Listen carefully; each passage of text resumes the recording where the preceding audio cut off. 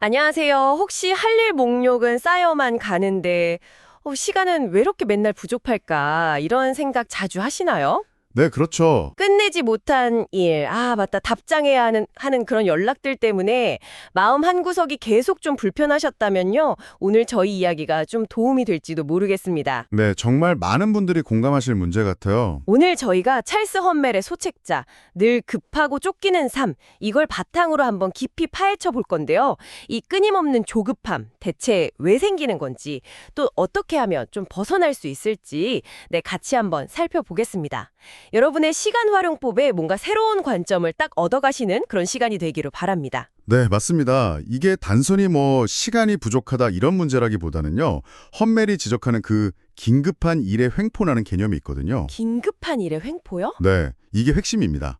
그러니까 당장 처리해야 할 것처럼 보이는 일들이 있잖아요. 그런 일들이 사실은 장기적으로 봤을 때 더 중요한 일들을 자꾸 뒤로 밀어내는 거죠.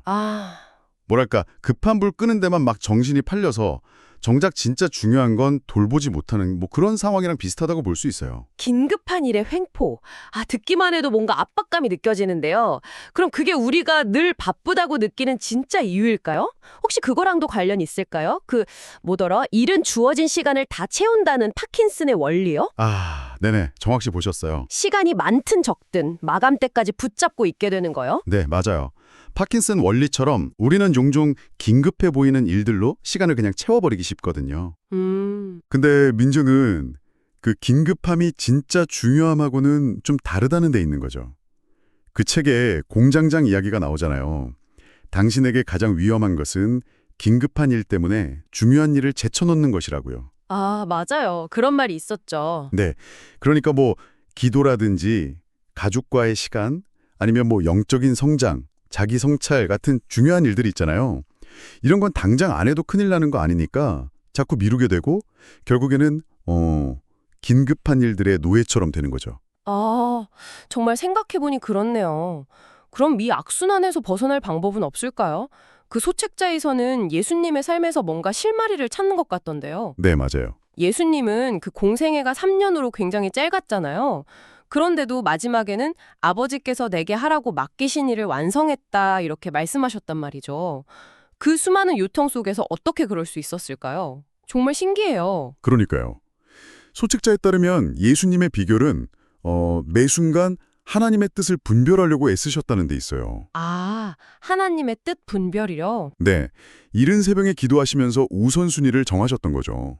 예를 들면 군중이 막 애타게 찾아도 예수님은 다른 마을에 복음 전하는 게 더 중요하다고 보셨고요. 또 친구 나사로가 아프다는 소식을 들었을 때도 바로 안 가셨잖아요. 네, 맞아요. 왜 바로 안 가셨을까 궁금했었어요. 그게 당장의 긴급함보다는 더 큰 계획, 그러니까 부활을 통해 하나님의 영광을 드러내는 걸 더 중요하게 보셨기 때문이라는 거죠. 헛멜은 이게 철저히 하나님께 의존했기 때문에 가능한 선택이었다 이렇게 분석합니다. 결국 핵심은 내 힘으로 모든 걸 하려는 태도를 버리고 중요한 것의 기준을 하나님께 두는 그 의존에 있다는 거군요. 그렇죠. 있겠네요. 자기 의존에 대한 경고랄까? 정확합니다. 시간 관리는 돈 관리랑 좀 비슷해서요. 계획 없이 충동적으로 시간을 쓰기 쉽거든요. 맞아요. 저도 그래요. 그래서 헛멜은 이 의존을 그럼 어떻게 실천할 거냐 4단계를 제안하는데요. 첫째는 무엇이 정말 중요한지, 그러니까 당신 삶에서 하나님의 우선순위가 무엇인지 먼저 정하는 거예요. 내 목표 설정 이전에 더 큰 관점에서 가치를 정립하는 거죠. 하나님이 원하시는 중요한 가치를 먼저 정한다. 네. 그 다음 단계는 뭔가요? 둘째는 지금 내 시간이 실제로 어디에 쓰이고 있는지 좀 냉정하게 파악해야 한다는 겁니다. 내 생각하고 현실을 다를 수 있거든요. 그 조책자의 폴학생 이야기 나오잖아요. 저녁 먹고 신문 잠깐 보는데 한 15분. 이렇게 생각했는데 실제로 기록해보니 일주일에 대여섯 시간을 쓰고 있었던 거죠. 정말요? 15분이 아니라 5 내지 6시간이라니? 네, 그러니까 이런 현실인식이 바로 변화의 시작이라는 겁니다. 저도 시간 기록해보면 진짜 깜짝 놀랄 때 많아요. 생각지도 못한 데 시간이 줄줄 새고 있더라고요. 폴학생 이야기 정말 남일 같지가 않네요. 그럼 현실을 알았으니 이제 계획을 세워야겠죠. 네, 맞습니다. 그래서 셋째가 바로 시간 예산을 세우는 겁니다. 근데 이걸 너무 완벽하게 하려고 하기보다는 그냥 현재 상황에서 조금씩 변화를 주고 또 예상치 못한 일을 위한 여유 시간도 좀 두른 그런 현실적인 계획이 중요해요. 현실적인 계획. 네. 그리고 넷째는 꾸준한 실천이죠. 하루 시작하기 전에 잠깐 계획을 세우고 전화 같은 방해 요인에 대처하는 법, 때로는 좀 정중하게 거절하는 법도 익혀야 하고요. 계획대로 잘 안 되더라도 망했다 이러지 않고 계속 꾸준히 나아가는 게 핵심입니다. 계획 세우고 실천하는 것도 중요한데 주기적으로 돌아보는 것도 정말 필요하겠군요. 그렇죠. 책에서도 매일 잠깐씩 돌아보는 거 말고도 일주일에 1시간, 한 달에 몇 시간 이렇게 정기적으로 삶을 점검하고 계획을 다시 조정하는 시간을 가지라고 강조하잖아요. 맞습니다.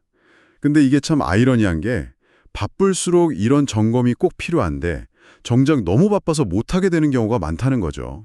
진짜 그러네요. 딜레마네요. 네. 마치 어디로 가는지도 모르면서 그냥 엑셀만 밟는 운전사 같달까요? 우리가 꼭 기억해야 할 건 세상의 모든 필요가 다 나를 향한 하나님의 부르심은 아니라는 점이에요. 모든 필요가 다 내 부르심은 아니다. 네.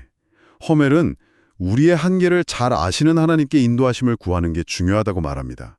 시편 103편 말씀처럼요. 아버지가 자식을 긍휼히 여김같이 여호와께서는 자기를 경외하는 자를 긍휼히 여기시나니 이는 그가 우리의 체질을 아시며 우리가 단지 먼지뿐임을 기억하심이로다. 오늘 쭉 이야기를 나눠보니까요. 이 시간에 쫓기는 삶에서 벗어나는 길이 단순히 시간관리 기술 그런 걸 넘어서는 문제였네요. 네, 그렇죠. 외부의 압력이나 내 안의 조급함에 그냥 막 휘둘리는 대신에 기도하는 마음으로 진짜 중요한 게 뭘까 먼저 선택하고 의식적으로 시간을 배분하는 어떤 태도의 전환? 이게 필요하다는 걸 깨닫게 됩니다. 청취자 여러분, 당신은 오늘 또다시 긴급함에 끌려다니시겠습니까? 아니면 중요함을 선택하시겠습니까? 이 질문에 답하기 위해서요. 오늘 당장은 아니더라도 이건 중요한데 급하지 않아서 계속 미뤄왔던 활동 혹시 하나 있으신가요? 그걸 한번 떠올려 보시면 어떨까 싶어요. 그리고 이번 주에요. 그 일을 위해서 아주 작은 시간이라도 괜찮으니까 한번 확보하기 위한 구체적인 첫걸음 하나를 계획해 보세요. 아마 그게 당신의 삶을 진짜 의미 있는 일들로 채워나가는 아주 소중한 시작이 될 수 있을 겁니다.